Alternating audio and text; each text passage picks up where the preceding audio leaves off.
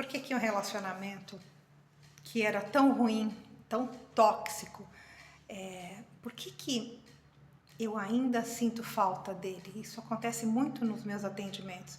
A pessoa conseguiu se livrar daquela situação, daquele relacionamento ruim, mas vem com aquela necessidade de ficar vendo o que ele está fazendo, olhando a página dele do Facebook, do Instagram, relatando até com dor, muita dor, que sente falta. Não falta dos maus tratos, mas sente falta da pessoa. Por que que isso acontece, né? Porque, gente, o nosso coração não é lógico, né? Por isso que é tão difícil, a gente não deve nunca julgar uma pessoa que está nesse lugar. Porque provavelmente lá no início desse relacionamento foi bom, foi gostoso, porque você colocou muito sonho nisso, você colocou todos os seus desejos, a sua esperança, que isso desse certo. E aí fica uma melancolia, né? Fica uma coisa assim de será que eu fiz o suficiente? Será que eu me empenhei o bastante para que desse certo? A gente fica tentando acreditar que podia ser diferente.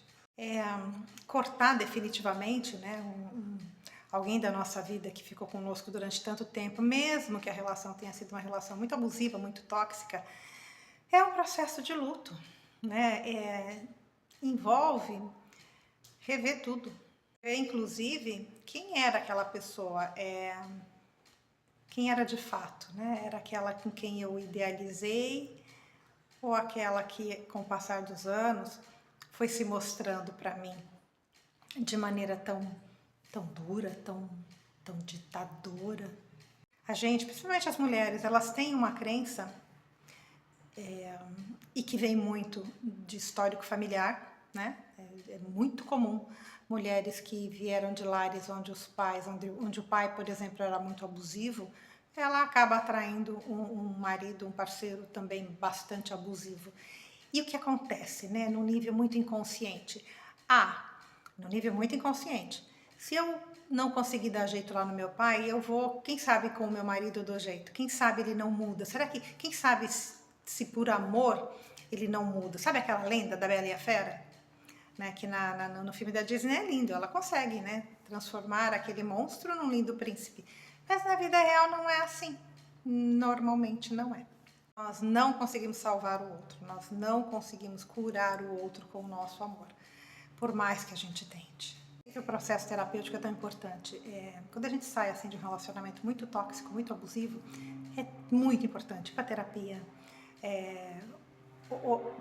Conseguir colocar para fora toda a sua mágoa, toda a sua raiva, a dor, até a falta dele mesmo. Admitir que sente falta, não sente falta dos maus tratos, mas sente falta daquela pessoa lá do início, ou daquela pessoa que você idealizou, que você achou que era daquele jeito, e no dia a dia você começou a perceber que não. Fazendo um trabalho, um processo terapêutico bacana, assim, sério, é que você consegue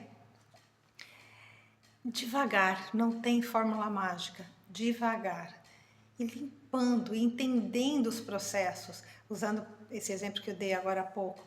Se você começa a perceber que você atraiu para a sua vida o mesmo relacionamento que a tua mãe tinha com teu pai, que você começou a agir exatamente como a sua mãe agia, e você criticava tanto, o que o universo está trazendo? Por que está trazendo essa história? O que você está precisando ressignificar? Então, mais do que trabalhar o divórcio, a questão em si, essa separação tumultuada às vezes, precisa olhar lá atrás, ver onde isso começou, para que você pare de atrair relacionamentos, outros relacionamentos iguais a esse que você finalmente conseguiu romper. O processo de cura, ele é lento, ele não é mágico. Passa por você, então, entender todos esses processos, começar a desenvolver o seu auto-amor, resgatar a sua autoestima, porque você acaba sempre saindo de um relacionamento desse muito doente física e emocionalmente.